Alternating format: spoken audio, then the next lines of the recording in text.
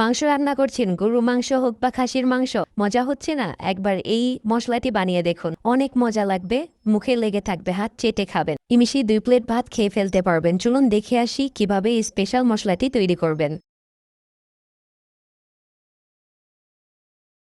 প্রথমে একটি কড়াইতে দিয়ে দিচ্ছি দারচিনি,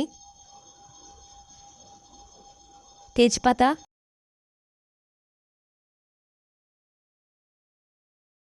জয়ফল,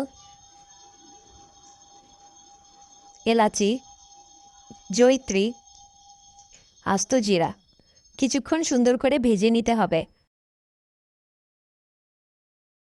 মশলাগুলো বেশ সুন্দর করে ভাজা হয়ে গেলে মশলাগুলো ব্লেন্ড করে নিতে হবে, অথবা আপনি শিলপাটায়ও বেটে নিতে পারেন।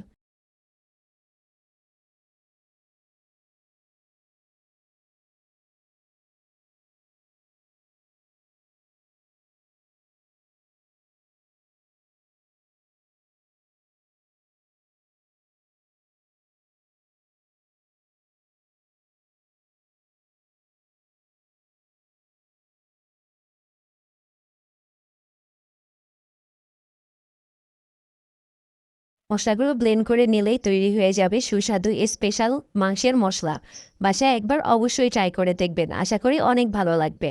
মাংস খেতে যদি ভালো না লাগে বা মাংসের টেস্ট যদি আপনি না পান, তাহলে এই মশলাটি একবার ব্যবহার করে দেখতে পারেন। এই মশলাটি একটু উপরে ছিটিয়ে দিবেন, অনেকটা সুন্দর গন্ধ ও অ্যারোমা বের হবে। নিমিষেই 2 প্লেট ভাত খেয়ে ফেলতে পারবেন। ভিডিওটি যদি ভালো লাগে লাইক, কমেন্ট, শেয়ার ও সাবস্ক্রাইব করে আমাদের পাশেই থাকুন। ধন্যবাদ।